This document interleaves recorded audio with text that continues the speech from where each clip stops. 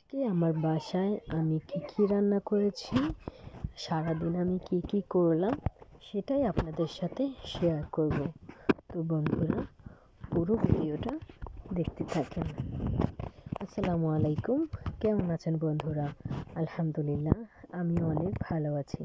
তো আজকে ভেবেছি খিচুড়ি রান্না করব।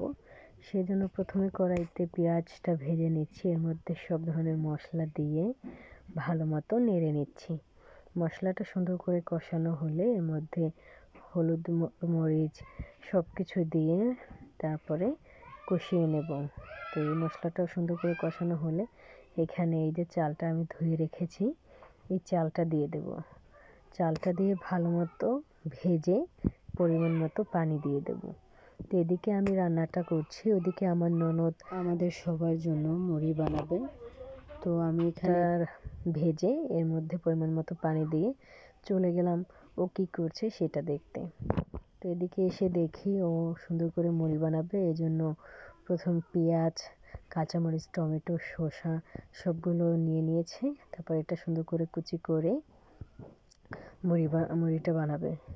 যে দেখেন, আমরা যেহেতু সবাই একটু স্পাইসি লাভার, সবাই ঝাল খেতে খুবই পছন্দ করি, সেজন্য ঝালটা একটু বেশি দিয়েছি। আর এটা হচ্ছে মুরগির গোশের ঝোল ছিল, সেই ঝোলটা দিয়ে আজকে মুড়িটা বানানো হবে।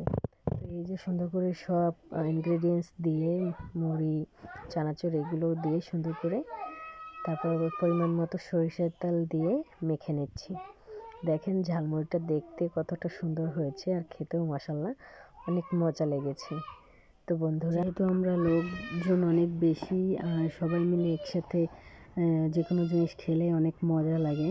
হয়তো একা খেলে বেশি পরিমাণ পেলেও অতটা মজা লাগে না, যদি অনেকজন মিলে অল্প কিছু খায় তাও বেশ ভালো লাগে খেতে, আর মজাও হয়।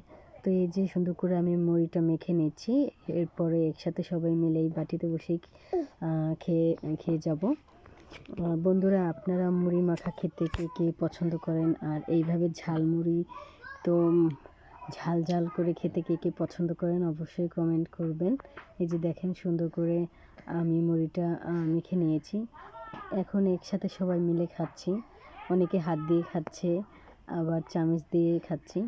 আর এই দিকে আমার খিচুড়িটাও রান্না প্রায় শেষ। এই যে দেখেন সুন্দর করে সেদ্ধ হয়ে গেছে সুন্দর মতো।